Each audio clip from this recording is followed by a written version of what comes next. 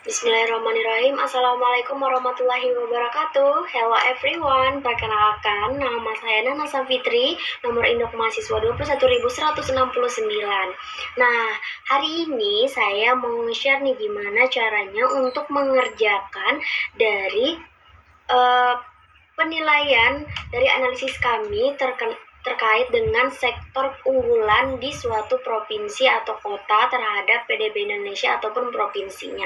Nah, di sini saya ingin membuat paper tugas UAS MKPK. Di sini kami menggunakan metode LKSS dan tipologi klasen untuk melihat sektor unggulan perekonomian pada suatu wilayah. Nah, kebetulan di sini saya mengambil PDRB Sulawesi Tengah dan juga PDB Indonesia atas dasar harga konstan pada tahun 2018 hingga tahun 2022.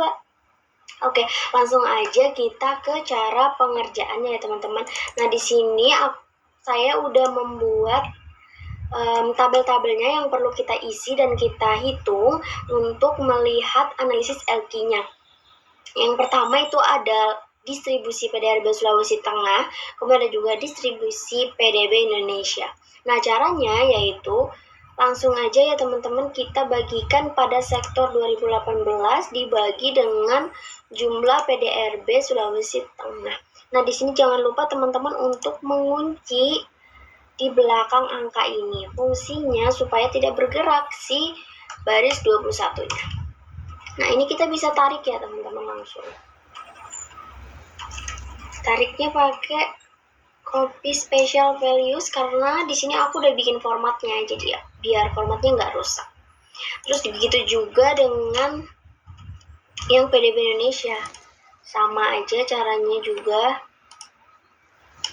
dibagi dengan ini, jangan lupa dikunci. Oke. Nah, langsung tarik values formula maksudnya. Oke, lanjut lagi. Di sini ada tabel analisis LQ-nya dari hasil hitung LQ tahun 2018 hingga tahun 2022. Nah, caranya tinggal dibagi aja yang ini dengan di bawahnya yang PDB Indonesia. Nah, kalau ini kita bisa langsung tarik ya teman-teman. Oke. Formulas. Kalau yang ini itu adalah rata-rata dari angka ini. Pakai rumus average, terus diblok aja. Nah, kemudian ditarik.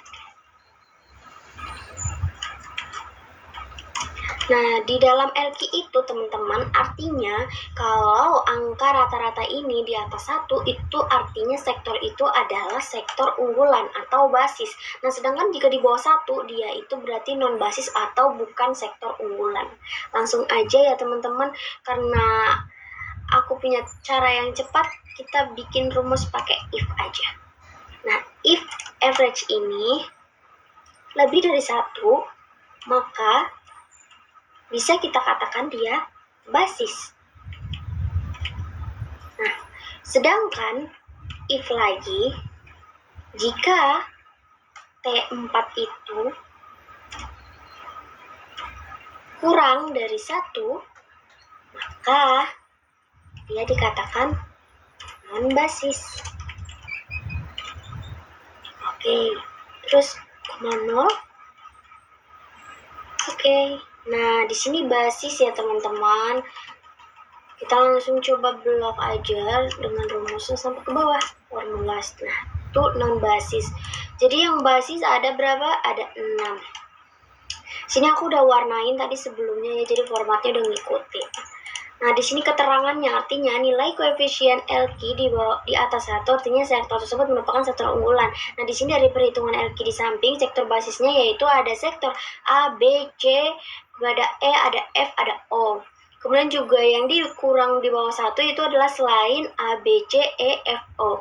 Kemudian nilai koefisien LQ sama dengan 1 itu menunjukkan sektor tersebut bukan sektor unggulan karena produktivitas sektor tersebut berimbang. Nah, di sini yang sama dengan 1 nggak ada ya teman-teman. Walaupun di sini ada 0,92, 0,96 kalau kita bulatkan memang menjadi 1, tapi dia masih kurang di bawah 1, masih kurang dari 1. Jadi dia tidak ada untuk yang nilai koefisien LQ sama dengan 1. Lanjut ya, kita ke metode shift share. Nah, di sini metode shift share juga sedikit berbeda dari LQ.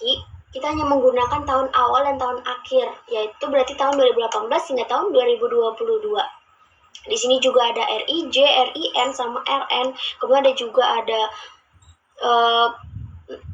proporsi nasional, proporsi proporsional, dan pangsa wilayah ini. Nah, di sini kita langsung aja yang ke RIJ-nya. Rumusnya itu adalah nilai tahun akhir dikurangin tahun awal ditutup kurung dibagi tahun akhir. Nah, tuh. Ini boleh nanti ditarik karena nggak perlu ada penguncian. Nah, kalau yang RIN ini juga sama, berarti yang PDB Indonesianya. Kurang dulu. Jadi ini dikurangin dengan tahun 2018-nya. Oke, terus dibagi dengan ini. Gitu. Nah, sedangkan kalau yang RN ini adalah total nasional dikurangin ini, tutup kurung dibagi dengan ini. Nah, karena ini tuh sama ya, nggak apa-apa kita bikin rumusnya gitu dulu. Nah, ini kita bisa tarik ya teman-teman. Kita tarik aja sampai ke sini rumusnya. Nah, sedangkan yang ini kita copy value karena angkanya semuanya sama. Nah, terus kalau yang ini itu yang nilai PDRB Sulawesi Tengahnya dikalikan dengan RN. Nah, ini dikali dengan RN. Ini artinya yang slide. Sedangkan kalau yang MIJ-nya itu adalah C3 dikali G3 dikurangin H3. Oke, C3 lagi dikali buka kurung ini dikurangin ini. Gitu nggak sih? G3 H3. Oke. Terus sedangkan yang CIJ-nya F3 G3. Rumusnya sama aja. Gimana kalau kita copy aja rumusnya ini? Tapi di sini adalah menggunakan F3 ya. Ini ganti jadi F. Nah, sekarang baru kita bisa tarik.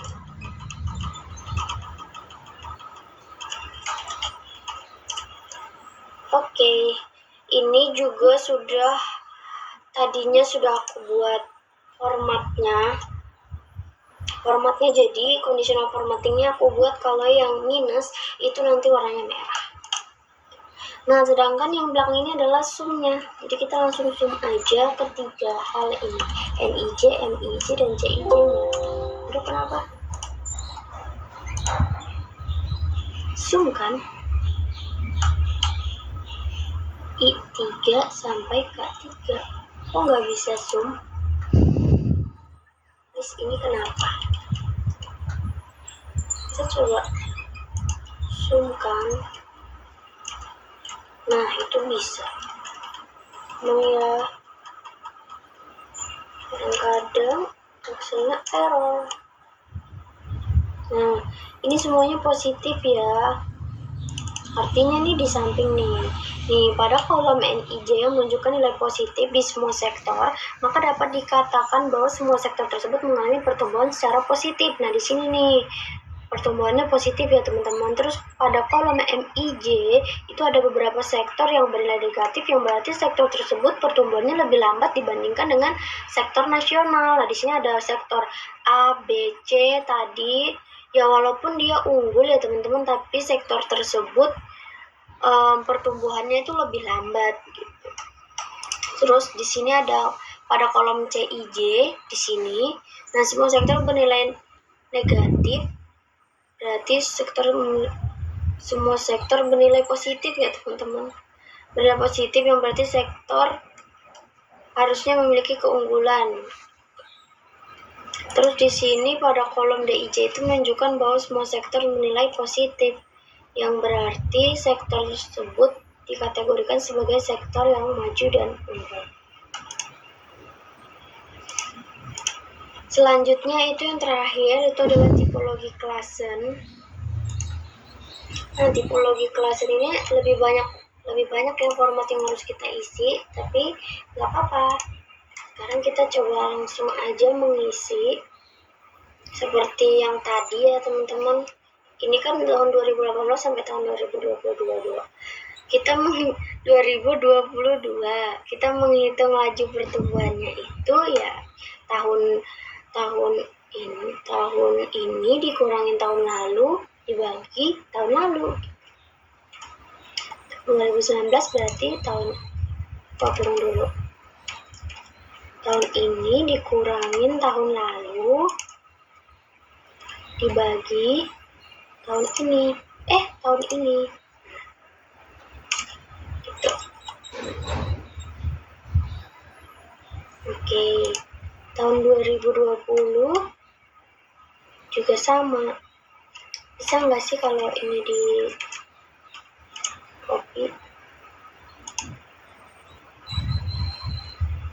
Oh iya, bisa. Berarti kita langsung copy aja ya teman-teman.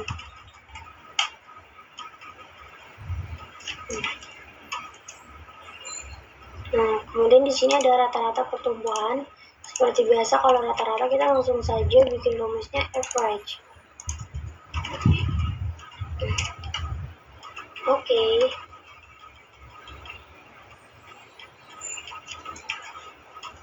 Agak ngelag ya ini videonya. Terus 2000 ini di sebelahnya apa? Ini adalah distribusinya. Distribusinya itu kita berarti melihat sektor itu bagaimana distribusinya gitu ya. Sebenarnya sama kayak yang di sebelah. Jadi ini dibagi dengan ini. Terus kita kunci. Sama banget kayak yang tadi.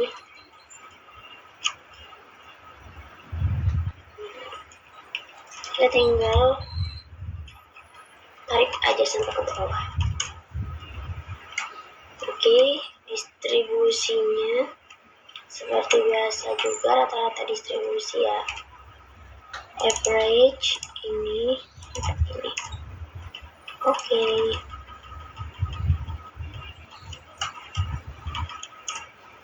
Nah, karena ini sama yang di bawah ini kan PDB Indonesia. Nah, sebenarnya semuanya sama ya.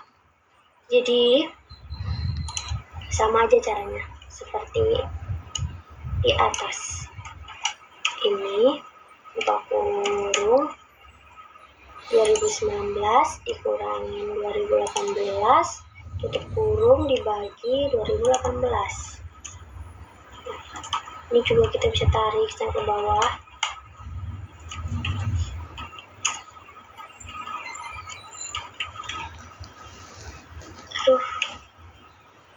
Average lagi sini. Suka deh narik-narik. Distribusi juga sama seperti di atas. Ini dibagi dengan ini, kita kunci.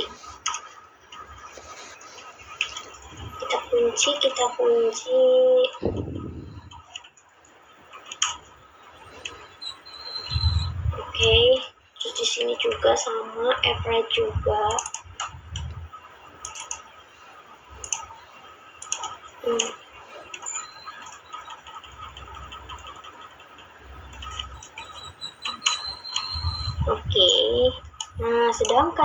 Nah, selanjutnya di sini adalah kesimpulan dari tipologi Claassennya. Di sini tentang dari perhitungan di atas itu adalah tentang Provinsi Sulawesi Tengah, dan Indonesianya itu melihat dari rata-rata pertumbuhan dan rata-rata distribusinya. Di sini ini kita tinggal samakan aja dengan yang ini. Kemudian yang ini juga kita tinggal samakan dengan yang ini.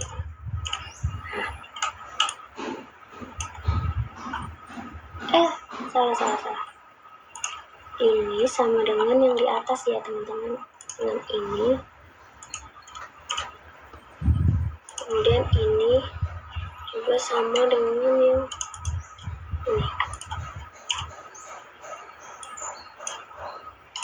Ini juga di sini, dan yang ini sama dengan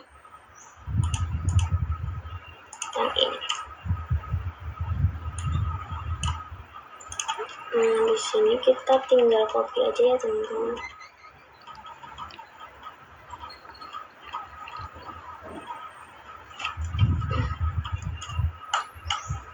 Oke.